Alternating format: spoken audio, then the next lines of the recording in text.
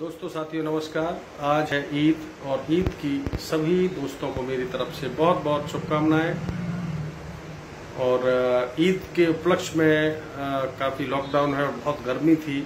तो मैं आया एक शायर के पास जिनका नाम है मुशर्रफ हसन महजर, और बेहतरीन व्यक्तित्व के साथ साथ एक वो शानदार शायर भी हैं। तो मुझे लगा कि आज जिस तरीके से कोरोना चल रहा है, कोरोना में के बाद जो ईद आई है, ईद में ये यादगार ईद रहेगी, क्योंकि यहाँ पर ज़रूरतमंदों के लिए जो मदद की है आपने ईद के मौके पर, आप उसके बधाई के पात्र हैं। और क्यों ना ऐसे मौके पर हम मुशर्रफ हुसैन महजर साहब से एक बेहतरीन शायरी के माध्यम से कोरोना का दर्द और ईद की खुशी को बांटने का काम करें। तो हम बात करते हैं मुशर्रफ हुसैन महजर साहब से। आदाब अनुज जी, सबसे पहले तो मैं अपने अलीगढ़ वासियों को ईद की हार्दिक शुभकामनाएं देता हूं और आपको भी शुभकामनाएं देता हूं कि जो कोरोना महामारी चल रही है उसमें जो आपने अनथक प्रयास किए हैं,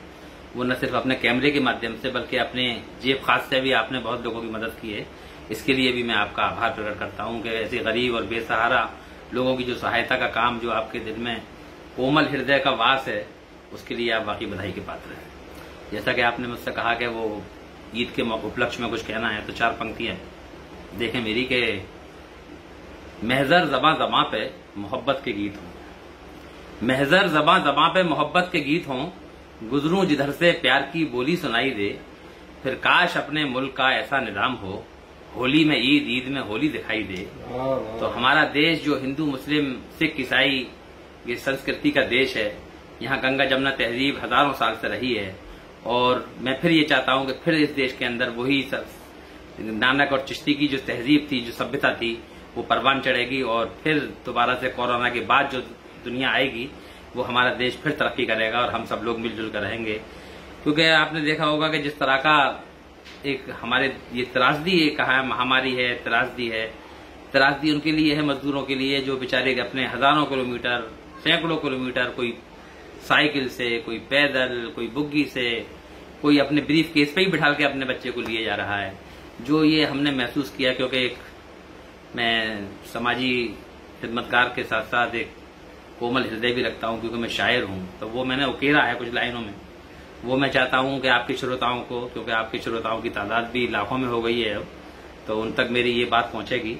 तो देखिए, एक मैंने लॉकडाउन, जो पूरे दुनिया लॉकडाउन हो गई है, तो लॉकडाउन के ताल्लुक से मैंने कुछ पंक्तियां कही हैं, वो से आप देखिए। जहर कोरोना का पीकर जब ये दुनिया, जहर कोरोना का पीकर जब ये दुनिया मौत की आगोश में सोने लगी, मौत की आगोश में सोने लगी, तब सियासी रहनुमाओं को लॉकडाउन के लगाने पर गौर करना ही पड़ा। लॉकडाउन के लगाते ही ये दुनिया अपनी सारी हलचलों को छोड़कर, लॉकडाउन को लगाते ही ये दुनिया अपनी सारी हलचलों को छोड़कर लॉकडाउन के हिसारों में सिमट कर रह गई, लॉकडाउन के हिसारों में सिमट कर रह गई, और हर तरफ वीरानियों के साए लहराने लगे, हर तरफ वीरानियों के साए लहराने लगे। फिर भी दुनिया में मरीजों की भीड़ बढ़ती ही गई,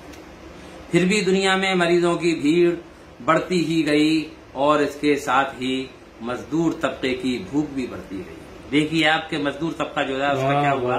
और इसके साथ ही मजदूर तबके की भूख भी बढ़ती गई, और फिर यूं भी हुआ मजदूर अपनी बस्ती अपने घर जाने की जिद में, और फिर यूं भी हुआ मजदूर अपनी बस्ती अपने घर जाने की जिद में, लॉकडाउन की हदों को तोड़कर चल पड़े पैदल ही रस्तों पर मगर, लॉकडाउन की हदों को तोड़कर चल पड़े पैदल ही रस्तों पर मगर, भूख ने और मौत ने फिर भी नहीं छोड़ा है, भूख ने और मौत ने फिर भी नहीं छोड़ा इन्हें। सोचता हूँ बैठकर दहलीज पर तन्हाई में, सोचता हूँ बैठकर दहलीज पर तन्हाई में, उनके दुख बांटूं तो बांटूं किस तरह, उनके दुख बांटूं तो बांटूं किस तरह, चंद आंसू चंद सिक्के आदमी की जिंदगी का मोल तो होते नहीं। तो ये जो मेरे अंदर का एक शायर था, जो कोमल एक हृदय जो देख के लोगों के दिल में आया, तो ये चंद पंक्तियां को मैंने कागज पर उकेरा। ये मेरे अपने दिल की, जो मैंने देखता हूं मैं आपके चैनल के माध्यम से और अलग सोशल मीडिया पर और पत्रकार अखबारात में और टेलीविजन वगैरह में, तो वो जो मर्म है वो एक देखा नहीं जाता है, जो उनकी एक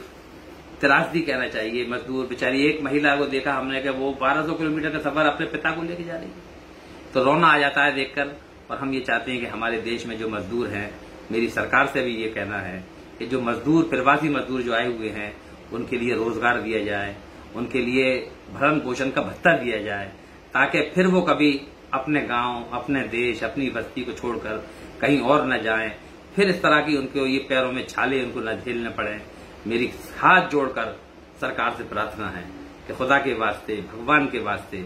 इनका जरूर ख्याल रखें, क्योंकि प्रवासी मजदूर जो हमारे आए हैं, अगर हम इनको अपना भाई समझें, इनको बेटा समझें, तभी हम इनके दुख दर्द को समझ पाएंगे। आपके चैनल के माध्यम से मुझे ये कहना।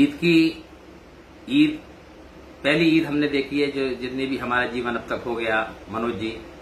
के पूरी दुनिया के अंदर पहले तो ऐसा होता था, कहीं एक देश में त्रासदी कोई आई, महामारी आई तो एक देश तक सीमित होकर रहती थी,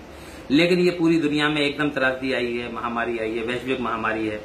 तो पूरी दुनिया ने बड़ी सादगी के साथ ईद मनाई है। और मैं अपने मुस्लिम भाइयों से विशेषकर कहता हूं कि इस ईद को उन प्रवासी मजदूरों के नाम कर दें, उनके नाम कर दें जिनके घर पे खाने को भी नहीं है, उनके नाम कर दें जो बेसहारा, बेयारो, मददगार सड़कों पर पड़े हुए हैं, उनके नाम कर दें जो पैदल सड़कों पर घूम रहे हैं। इनसे सभी कहना है, मैं सभी देशवासियों को और खासतौर से अपने प्रवासी भाइयों को, क्योंकि प्रवासी भाइयों का मुझे दर्द है उसे समझने की बहुत जरूरत है, मैं उन सबको बधाई देता हूं। वो अपने घरों पर सकुशल रहें और स्वस्थ रहें, और कोरोना को मात देकर फिर इंडिया आगे बढ़ेगा, हिंदुस्तान आगे बढ़ेगा और भारत दौड़ेगा, ऐसी मेरी कामना।